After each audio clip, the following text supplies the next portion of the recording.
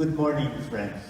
Last time, someone by the name of Ramon reacted to my segment, Talk, in my Cagayan de Oro radio program, Biblical Perspectives, about the Christmas season, bringing with it both the good times as well as the bad times. Ramon is a fraternity brother of mine at the University of the Philippines College of Engineering, Diliman, and is about 5 years older than I. Mon is a brilliant engineer. He topped the electrical engineering board exams years ago, but is thoroughly indoctrinated in the principles of Marxism. He would have been a top executive by now, but for the fact that his activism forced then-President Marcos to incarcerate him for several months in the Fort San Bonifacio stockades for political prisoners during the early days of martial law. Now, he is still as brilliant as a street activist and master strategist for the organizations supporting Jose Maria Sison. This is what I wrote back to him, and I quote, "Dear Mon, how nice of you to respond to my meditation piece, especially as it was emailed amid the background of exploding firecrackers and general merrymaking last night. The merrymaking, in fact, affords me the right setting for me to properly respond to your email. Please allow me to quote below the crux of your argument. You wrote, thus deviations and aberrations are not uncommon, and we become familiar with the phrase succumb to temptation, or the more familiar word which we use, sin. How to bring about the conditions in society that will be fertile ground for the consistent practice of religious beliefs is truly a problem as far as Mon was concerned. A cursory review of the last 2,000 years does not seem to give much hope for that." That was the end of Mon's comment, and I immediately emailed my reply to Brother Mon. I said, "Mon, I cannot agree with you more, and I suspect so would that weirdo evangelist during Jesus' time. The man John the Baptist, with his fire and thunder, repeatedly admonitions to anyone who would care to listen to him. As he moved and lived among the caves of the Judean hills, dressed in camel's hair and animal hide for sandals, and eating wild honey for breakfast, lunch, and supper. Except for being a close hermit and what you would now call a religious freak, John the Baptist was quite in by today's modern standards.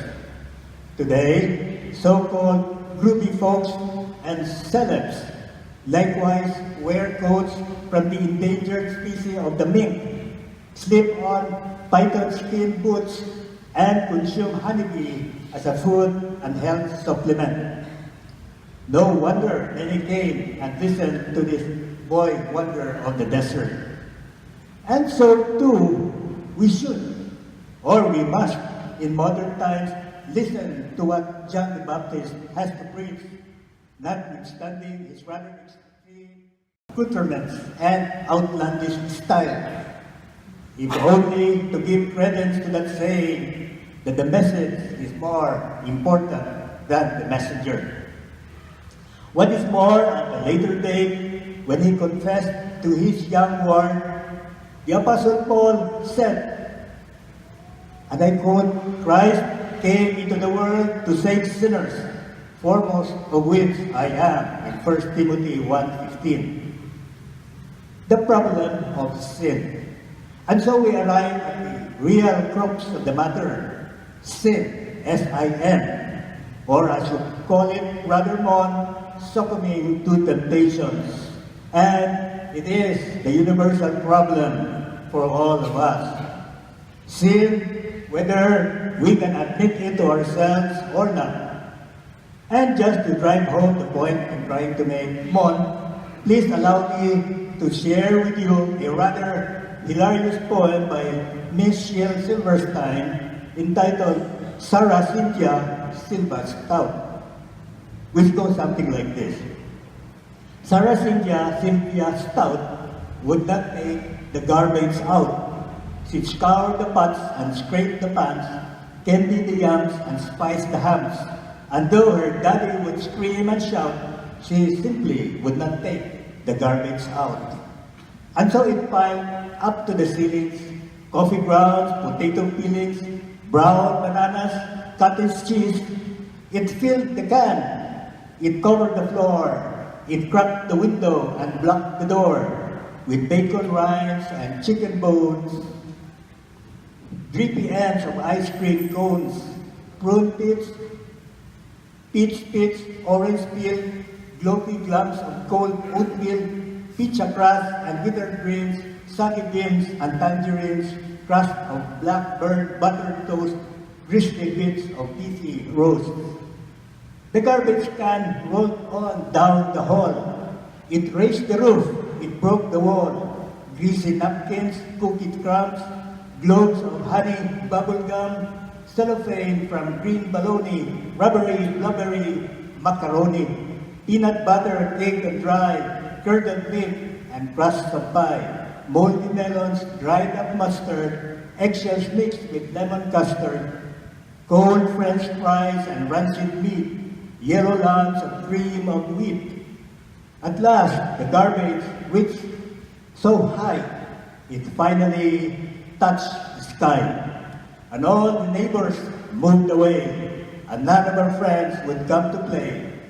And finally, Sarah Cynthia Stout said, "Okay, I'll take the garbage out." But then, of course, it was too late.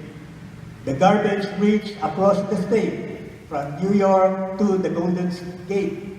And there, in the garbage she did hate, poor Sarah met an awful fate that I cannot right now relate because the hour is too late. But children and church, remember Sarah Stout and always take the garbage out.